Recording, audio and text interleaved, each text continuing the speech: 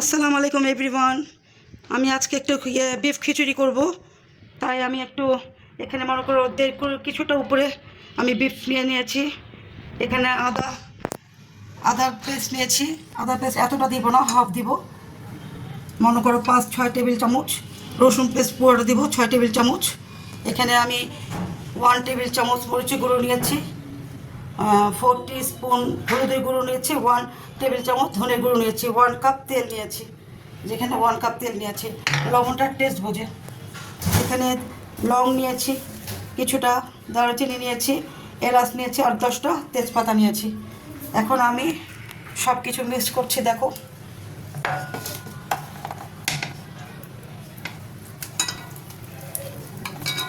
এটা রানবো গত বছরও ভেবেছিলাম একটু বিফ খিচুড়ি রান্না করব, রান্না করা হয়নি। এখন একটু বৃষ্টি হচ্ছে, ওয়েদারটা ভালো, যদিও আমার শরীরটা ভালো না। আমি এটা বসিয়ে দেবো, আমার বউ দেখে দেখে নামিয়ে নেবে, এই আর কি।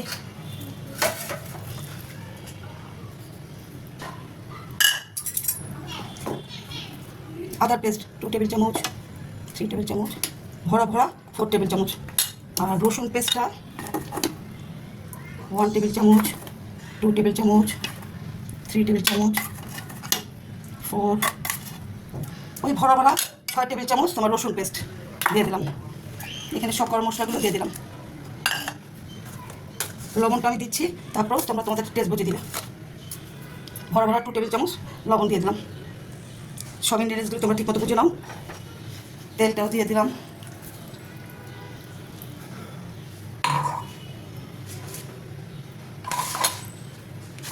এখানে পেঁয়াজ কুচি নিয়েছি, এখানে 200 গ্রাম পেঁয়াজ। খুব আমি দেশি পেঁয়াজটা পছন্দ করি, আর খুব দেখো কি সুন্দর মিশমিশ করে কেটে নিয়েছি।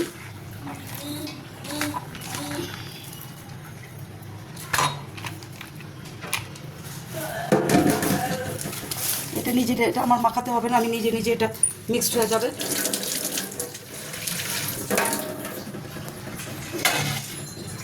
এখানে টক দইটা দিতে হবে। টক দইটা ফ্রিজিং হয়ে আছে, তো টক দইটা গলে গেলে টক দইটা দিতে হবে তোমার 100 গ্রাম। খুব করে নেড়ে চেড়ে দিচ্ছি, খুব করে নেড়ে দিয়েছি।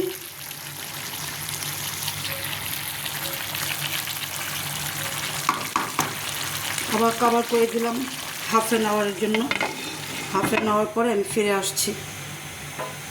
আমি বিফ খিচুড়ি করবো মুসুর ডাল দিয়ে। এখানে আমি মুগ ডালটা খুব করে সফট করে নিব।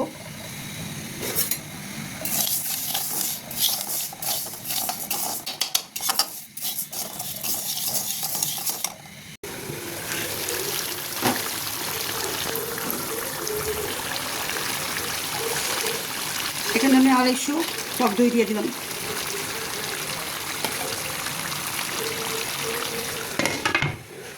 মজাদার হয় আর কি, মানে ভালো খাবো কম খাবো এটাই কথা। এটা আমি খুব ভালো করে ধুয়ে নিচ্ছি। পাশের থেকেও আমি আবার ফিরে আসছি।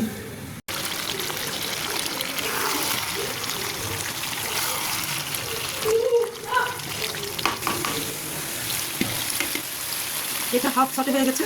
এখন আমি কিছুটা পানি দিয়ে দিলাম, আরও কিছুটা সিদ্ধ হবে। বিফ কারি এটা সিদ্ধ হতে টাইম লাগে। হাফ অ্যান আওয়ার পরে আমি আবার ফিরে আসছি। এখানে চাল নিয়েছি আমি 1 কেজি। সবসময় তো পোলার চাল দিয়ে রান্না করি। এই চালটার নাম হলো কোম্পানির জান্নাত। তো এই চালটা 100 টাকা কেজি।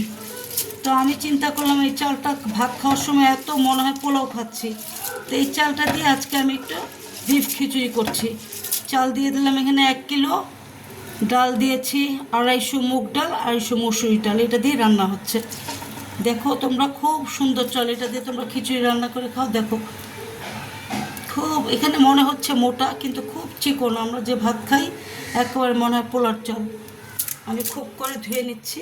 এই যে পাতিলটা চড়িয়ে দিয়েছি, কারণ 1 কেজি চাল তোমার হাফ কেজি ডাল জাগা হবে না। এখানে ওই যে বিফ কারিটা হচ্ছে খিচুড়িতে মিক্স করার জন্য। এখানে আমি এখন তেল দিয়ে দিব, ম্যাক্সিমাম তেলটা দিয়ে দিলাম, পরে লাগলে আবার দিব।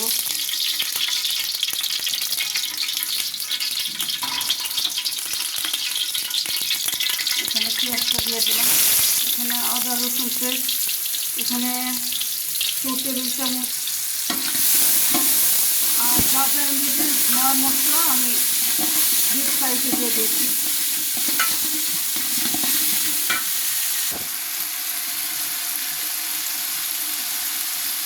লবণটা তেল বুঝে দেবে।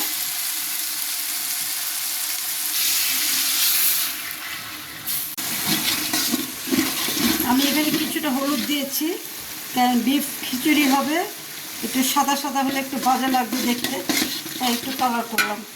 এখন মুগ ডালটা তো আমি ভাজা করে রেখেছি, এখন মুগ ডালটা আমি সটে করে নিব, কারণ মুগ ডালটা সিদ্ধ হতে একটু টাইম লাগে।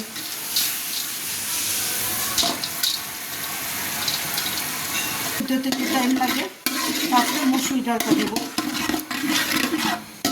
ঠিক আছে, তোমরা পাশে থাকো, আমি আবার কিছুক্ষণ পরে ফিরে আসছি। এটা সটে করে তারপরে চালটা দিয়ে দেবো, পাশে থেকো। কাঁচামরিচগুলো দিয়ে দিলাম।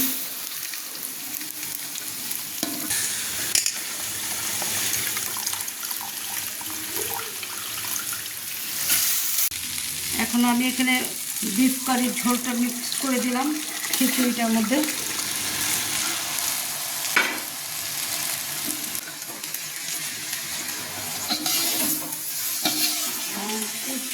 গরম পানি আমি করবো। দেখেছো কীভাবে রান্না করছি, ঠিক এভাবে করে রান্না করবে, খুব মজা লাগে। পরে আমি বিফটা, এই খিচুড়িটা খুবই মজাদার খিচুড়ি। এই খিচুড়িটা আজ থেকে 10 বছর আগে আমি রান্না করেছিলাম বিফ খিচুড়ি।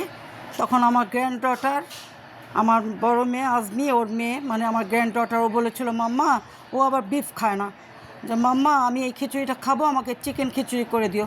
তো প্রতিবার ওকে করে দিতে চাই, কিন্তু আজকে না কালকে, এইভাবে করতে করতে 10 বছর হয়ে গেছে। তো এবার চিন্তা করেছি ওকে এই বিফ খিচুড়িটা আমি এই বিফ খিচুড়িটা রান্না করতে গেলে ওর কথা মনে পড়ে, কারণ চিকেন খিচুড়িটা ওর খুব ফেভারেট।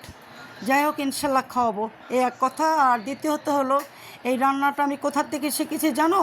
মতিঝিল যে ঘরোয়া হোটেল, সেই ঘরোয়া হোটেলে আমার হাজব্যান্ডের ফ্রেন্ড, ওনকার মালিক, তো ওই ম্যানেজার সাহেবের থেকে ওই কুকারকে দিয়ে আমি এই খিচুড়ি এনে খেয়েছিলাম। তবে বললাম এটা কেমনে রান্না করে, কিভাবে এত টেস্ট, তারপরে ওখান থেকে যে আমি এটা শিখেছি।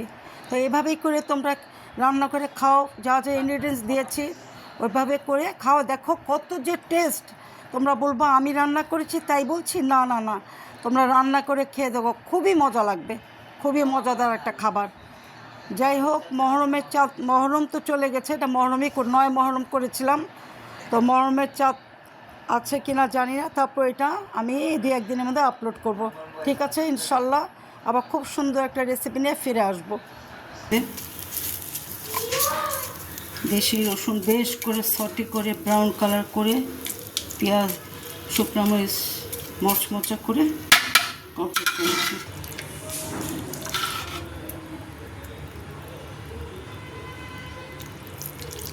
একদম পেঁয়াজের রসুনের বেরেস্তা, খুব একটা সুন্দর স্মেল আসছে।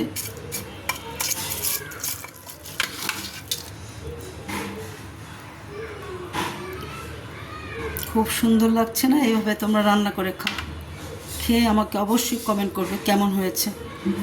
এভাবে কোনো ইনগ্রিডিয়েন্টস তোমরা কিন্তু স্কিপ করবে না, বাদ দিবে না, ঠিক আছে?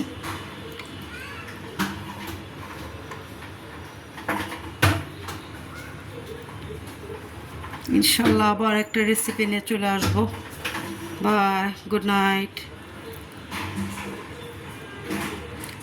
ও সরি, শনিবার রবিবার সোমবার, শনিবার রবিবার হলো 9 মহরম 10 মহরম। অবশ্যই তোমরা রোজা করো। সোমবার তো প্রতি সপ্তাহে সোমবার বৃহস্পতিবার এসব রোজা খুব নেক আমল করে, এসব রোজা করো, রোজা করো, রোজা করো, আল্লাহকে খুশি করো, নিজেরা খুশি থাকো।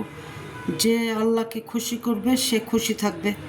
আল্লাহ বলেছে কোরআন শরীফের বাণী, 5 ওয়াক্ত সহিভাবে যে নামাজ না পড়বে সে মুসলমান হতে পারে না। তাই সবাই নামাজ আদায় করো। মুসলমান নামে হলে হবে না, কামে হতে হবে। এখন আমার কমপ্লিট এখন আমি একটু খাবো। আমি ইফতারি করিনি, 2 গ্লাস লেবুর শরবত খেয়েছি।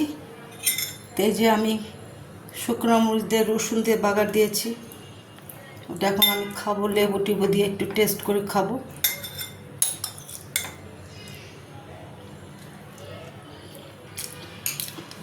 বিসমিল্লাহির রহমানির রহিম।